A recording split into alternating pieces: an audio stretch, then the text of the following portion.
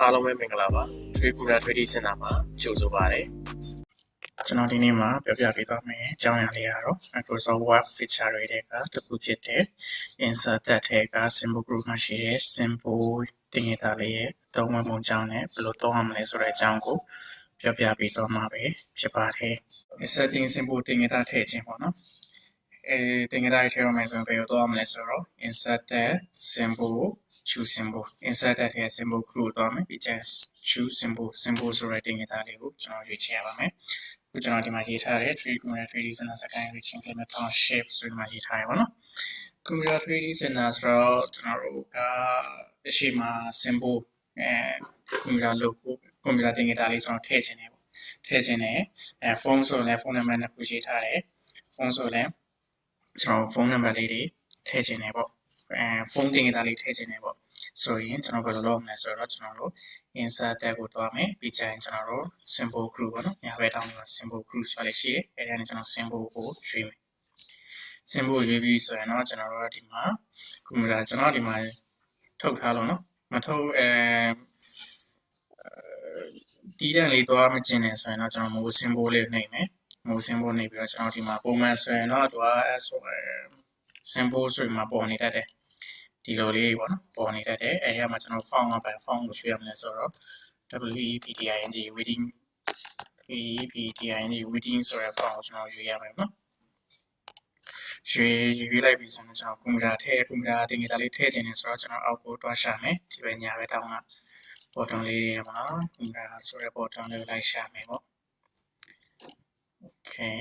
computer ဆိုတဲ့ button လေးကဘယ်နားမှာရှိတာလဲ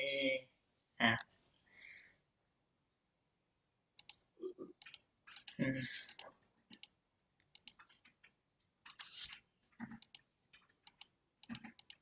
တ်ပြီကျွန်တော်လွယ်ကူဆုံးနီးစပ်ဆုံးတူတာလေးပဲကျွန်တော်ထည့်လိုက်မယ်လို့ဆင် okay ဘယ်နားလေးမှာ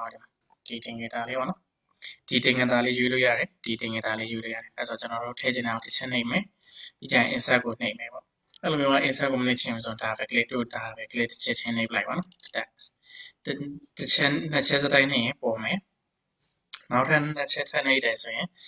နောက်ထပ်တင်ရတာတစ်ခုရွေးပြီးတော့နှစ်ချက်ထပ်နှိပ်လိုက်တယ်ဆိုရင်အဲ့တင်ရတာလာပြီးတော့ပေါ်မယ် close နောက်တစ်ခုကကျတော့ကျွန်တော်ဖုန်းနံပါတ်ရေးထားဆိုဖုန်းတင်ရတာလေးထည့်မယ်ပေါ့ဖုန်းတင်ရတာလေးထည့်ခြင်းနဲ့ဆိုရင်ဘယ်လိုတော့မလဲဆိုတော့ insert တဲ့ symbol group ရဲ့ symbol တော့မယ်ပြီးကြပြီဆိုရင်ကျွန်တော် move symbol လေးနှိပ်မယ်ဖုန်းတင်ရတာလေးကတော့ကျွန်တော်တို့ဒီပဲတောင်းလေးမှာပဲဒီ box ထဲမှာပဲလိုက်ရှာဖုန်းကတော့ waiting for မယ်နော်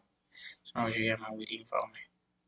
ဖုန်းတင်ရတာလေးပဲမှာရှိတယ်လေဟုတ်ပြီကျွန်တော်ဒီမှာဖုန်းတင်ရတာလေးမျိုးစုံလေးရှိရပါတော့အဲ့ဒီမှာကျွန်တော်တို့ကြိုက်တဲ့ button လေးရွေးရပါမယ်ရွေးပြီးဆိုတစ်ချက်နဲ့ပြီးတော့ insert ကိုထည့်လိုက်တယ်ပြီးနားမှာလာပေါ်တော့မှာပဲဖြစ်ပါတယ်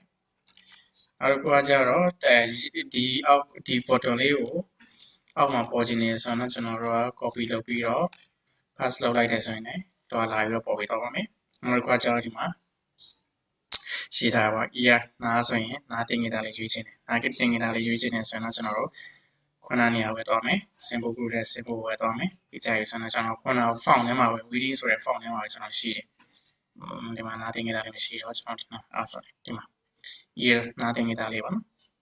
အဲ့ကောင်လေးနဲ့ချက်စတိုင်းနှိပ်လိုက်မယ်ပြီးကြရ close ကျွန်တော် eye မျက်စိတင်ရတာလေးရှိတယ်မျက်စိတင်ရတာလေးဆိုလည်းကျွန်တော်နှစ်ချက်နှိပ်ပြီးတော့ကိုရွေးချင်တယ်လို့ရွေးလို့ရပါတော့ strap lamp တင်ရတာလေးရွေးချင်တယ်ဆိုလည်းကျွန်တော်တို့ lamp တင်ရတာလေးရှိပါတယ်ကျွန်တော်ဒီမှာပြင်ထုတ်ထားတဲ့ဟာလေးဆိုတော့သူကအပြင်ထုတ်တယ်ဆိုတာထဲသူကကိုတုံးလိုက်တဲ့ဟာလေးကဒီမှာလာပြီးတော့ပေါ်ပြီးတော့ပေါ့နော်သူကတဖြည်းဖြည်းချင်းစီတော့ရတယ်ပေါ့ bus ကားပုံစံလေးပေါ်ခြင်းနေဆိုရင်လည်းကျွန်တော်တို့က bus ကားပုံစံလေးပေါ်ဖို့အတွက်ကိုလို symbol ထားခြင်းနေရာကိုဒီဘက် B နား B ရဲ့ရှေ့မှာပေါ်ခြင်းနေဆိုရင် B နားမှာ exception point ထားမယ်ကျန် symbol တော့မယ်ကျန် move symbol တော့မယ်ကျွန်တော် bus ကားပေါ့နော်pass ကတင်ရတာလေးကျွန်တော်နှစ်ချက်စတိုင်းနှိပ်ပြီးတော့ထည့်လို့ရပါတယ် police car ဆိုရင်ရဲကားလိုချင်တယ်ဆိုလည်းကျွန်တော်ရဲကားလေးပေါ့ဒီရဲကားလေးကျွန်တော်ထည့်လို့ရပါတယ်စပိန်ဆိုလည်းစပိန် aeroplane ဆိုရင်လည်း aeroplane တင်ရတာလေးကျွန်တော်တို့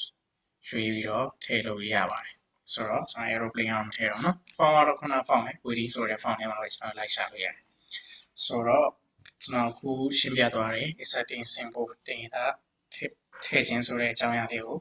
နားလည်သဘောပေါက်လိမ့်မယ်လို့ညွှန်လင့်ပါတယ်အားလုံးကိုကျေးဇူးတင်ပါတယ်